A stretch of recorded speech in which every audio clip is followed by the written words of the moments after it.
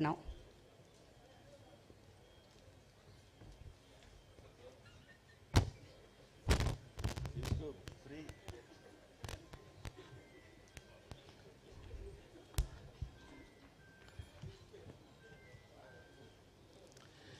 ఇక time limit అని ఏదో పేపర్లో రాసినట్టున్నారు.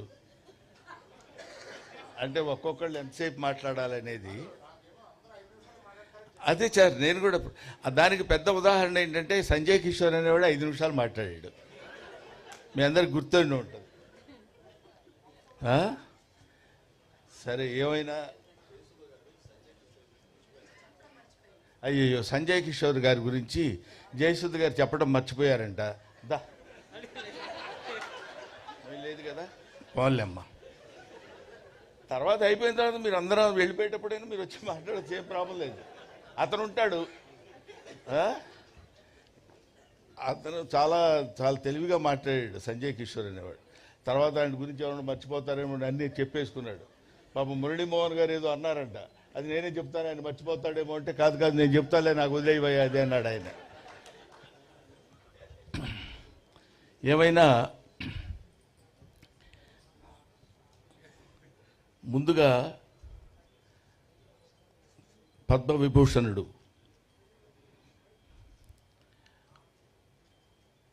చిరంజీవి గారు ఈ కార్యక్రమానికి రథసారథి. ఆయన వచ్చి వెళ్ళిపోవడం అనేది సభలో జరిగేటువంటి అతి సహజమైన విషయం. ఆయన వెన్నెముకగా ఉండి మాబోటి వాళ్ళకి ఫోన్లు చేసి ఈ కార్యక్రమానికి మీరు రావాలని చెప్పడం అనేది, సావిత్రి గారు చచ్చిపోయారని ఎవరండి అనేది, ఇంతకంటే సావిత్రి గారు బతుకున్నారని చెప్పడానికి వేరే ఉదాహరణ కావాలా? ఆ సావిత్రి గారు, ఎందుకంటే సావిత్రి గారి సినిమాల గురించి అందరూ చెప్పగలరు. సావిత్రి గారిని ఒక ఫిలసాఫికల్ లైన్లో తీసుకెళ్లాలనే అభిప్రాయం నాకు కలిగింది. సావిత్రి గారు ఎంతమంది కళాకారులు ఉన్నారు? సావిత్రి గారి కూతురు చాముండేశ్వరి గారు, చిరంజీవి గారి భార్య సురేఖ గారు, వీళ్ళిద్దరూ స్నేహితులు అవ్వటం ఏమిటి? ఈ పుస్తకాన్ని రచించినటువంటి సంజయ్ కిషోర్ ఈ పుస్తక ఆవిష్కరణ చేయాలనేటువంటి ఆలోచన కలిగినప్పుడు ఆవిడ ఎవరి దగ్గరికైనా వెళ్ళి అడిగితే ఎవరైనా చేయొచ్చు. చిరంజీవి గారి దగ్గరికే వెళ్ళాలని ఎందుకు అనుకున్నారో మనకి తెలియదు.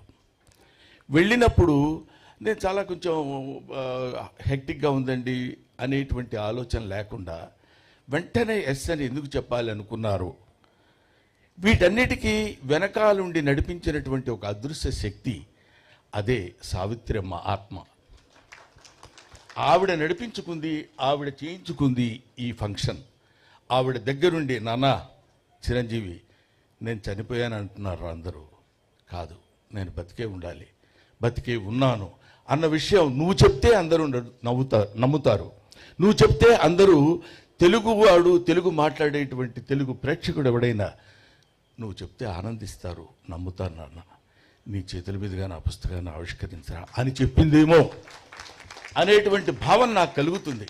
లేకపోతే ఇది అతి సాధారణంగా ఇందాక చాముండేశ్వరమ్మ చెప్పినట్టు, ఇందాక ఆవిడ ఏదో మీ చేతుల మీదుగా జరిగితే చాలు, మీ ఇంట్లోనే ఈ పుస్తక ఆవిష్కరణ ఇలా జరిగితే బాగుండంటే, చిరంజీవి గారు అంటే ఆయన గురించి ఇప్పుడు సభలో చెప్పాల్సింది సావిత్రి గారి గురించి అయినా, సావిత్రి గారి పెద్ద కొడుకులాగా ఆయన గురించి చెప్పాల్సిన విషయం నాకు ఏర్పడింది. ఇప్పుడు ఏదో ఒక మామూలుగా అయితే మా ఇంట్లో జరుగుతుందిలేంటి చేసేద్దాం అనేటువంటిది కాకుండా, సావిత్రి అంటే యునీక్. సావిత్రి అంటే ఒక నట శిఖరం.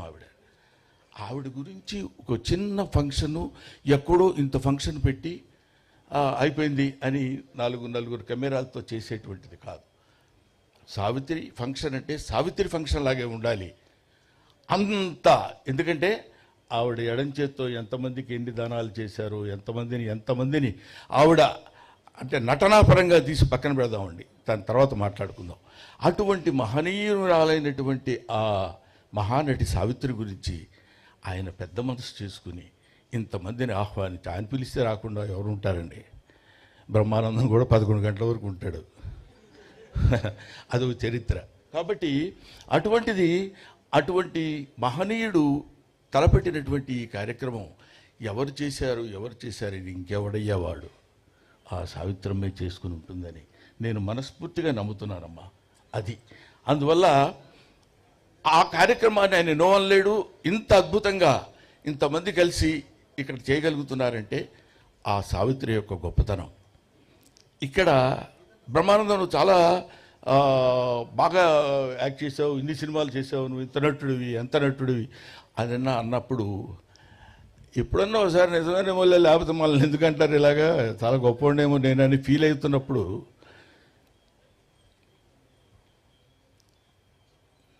అది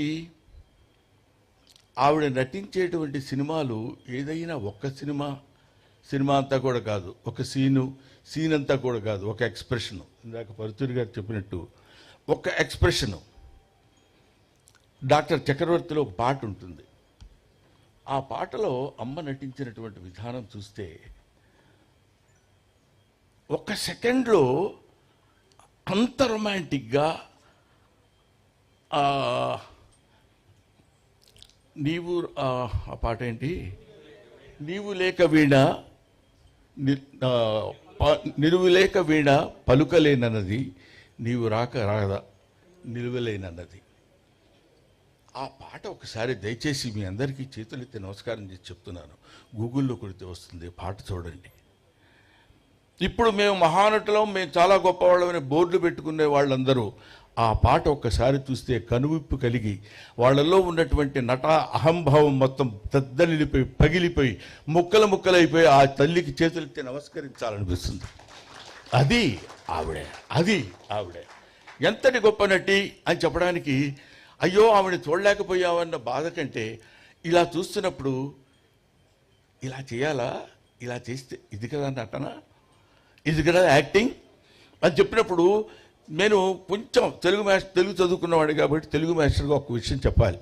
బమ్మెర పోతన అంటాడు, అంబ నవాంబుజోజ్వల కరాంబుజ శారద చంద్ర చంద్రికాగడంబర చారుమూర్తి ప్రకటస్ఫుట భూషణ రతన దీపికా చుంబిత దిగ్విభాగ శృతి సూక్త వివిక్త నిజ ప్రభావ భవాంబర వీధి విస్తృత విహారిణి నన్ను కృపదూడు భారతి అని కోరుకుంటాడు. ఎవరు? బొమ్మెర పోతన సరస్వతీదేవిని. మన నటీనటులు నటీమణులు నటులందరూ కోరుకోవాల్సింది ఏంటంటే భావాంబర వీధి విస్తృత విహారిణి కాదు, నటనాంబర వీధి విస్తృత విహారిణి సావిత్రి నన్ను కృపదూడు భారతి అని నమస్కరించి ఎక్కడో శిఖరాగ్రం మీద కొన్ని వేల వేల వేల వేల మెట్ల మీద కూర్చున్నటువంటి ఆ మహోన్నతమైనటువంటి నటిని ఎక్కటానికి ముందుగా మొదట కనిపించేటువంటి ఆ ప్రథమమైనటువంటి సోపానానికి నమస్కరించుకుని వెళ్ళాలి. అది ఆవిడ సావిత్రి గారు ఎంత గొప్ప నటి అని చెప్పడానికి ప్రతి వాళ్ళు మనం ఎన్ని చెప్పినా ఒక్కొక్క చూపు. పాండవనవాసంలో దిక్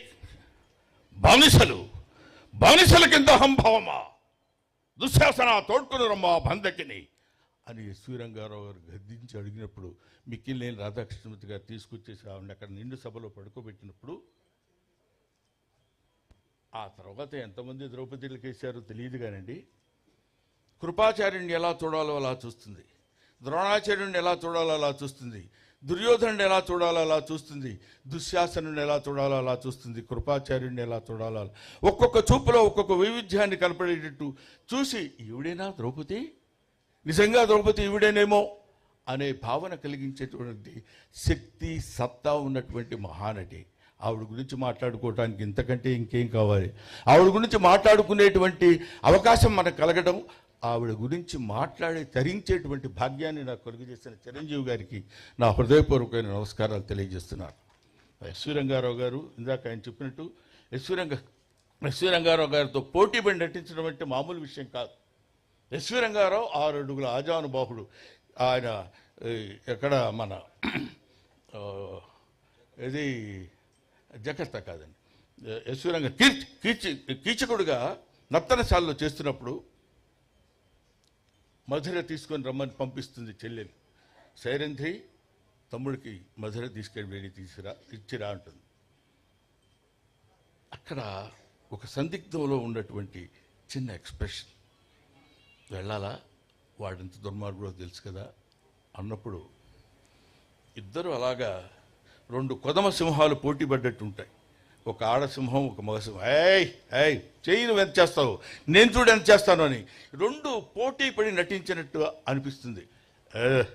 మరణి కించి సర్వాలంకార భూషిత అని నిన్ను చూచిన నా మనసు ఊగి తూగి నీ ముందు మోకరిల్లదా మారణి.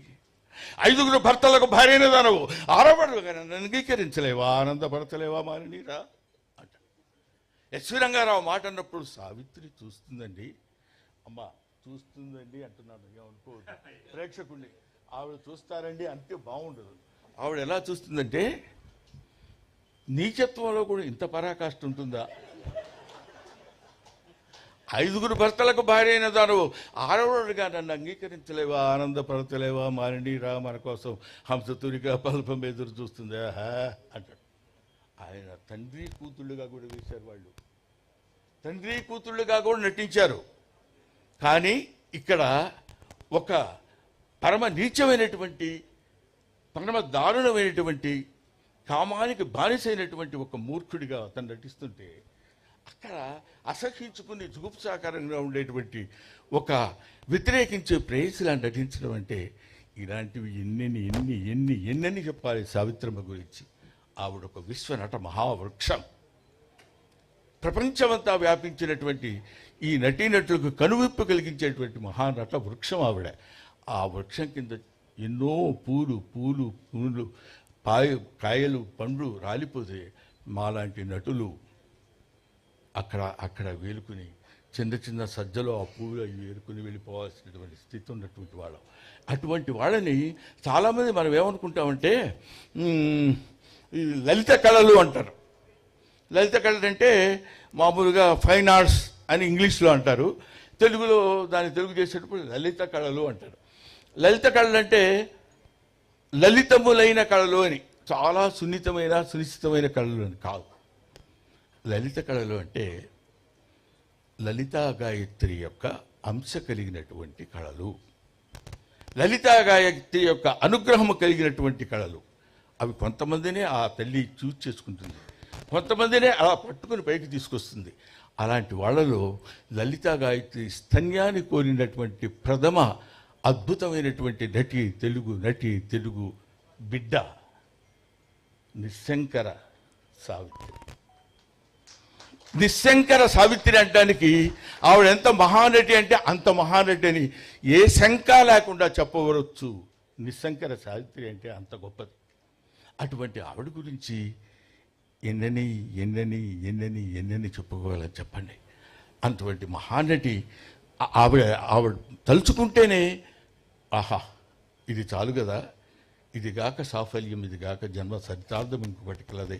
ఆవిడ గురించి మాట్లాడేటువంటి అవకాశం కలిగింది కదా, కలిగించినటువంటి మహనీయులు ఎంతోమంది ఉన్నారు కదా అని.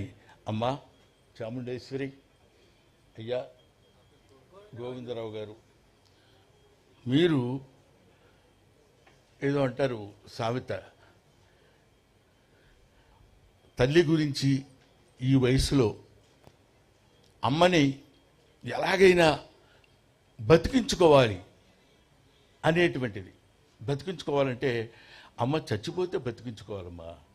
ఎక్కడ చచ్చిపోయిందమ్మా మీ పిచ్చి కానీ, ఆవిడ ఉంటుంది.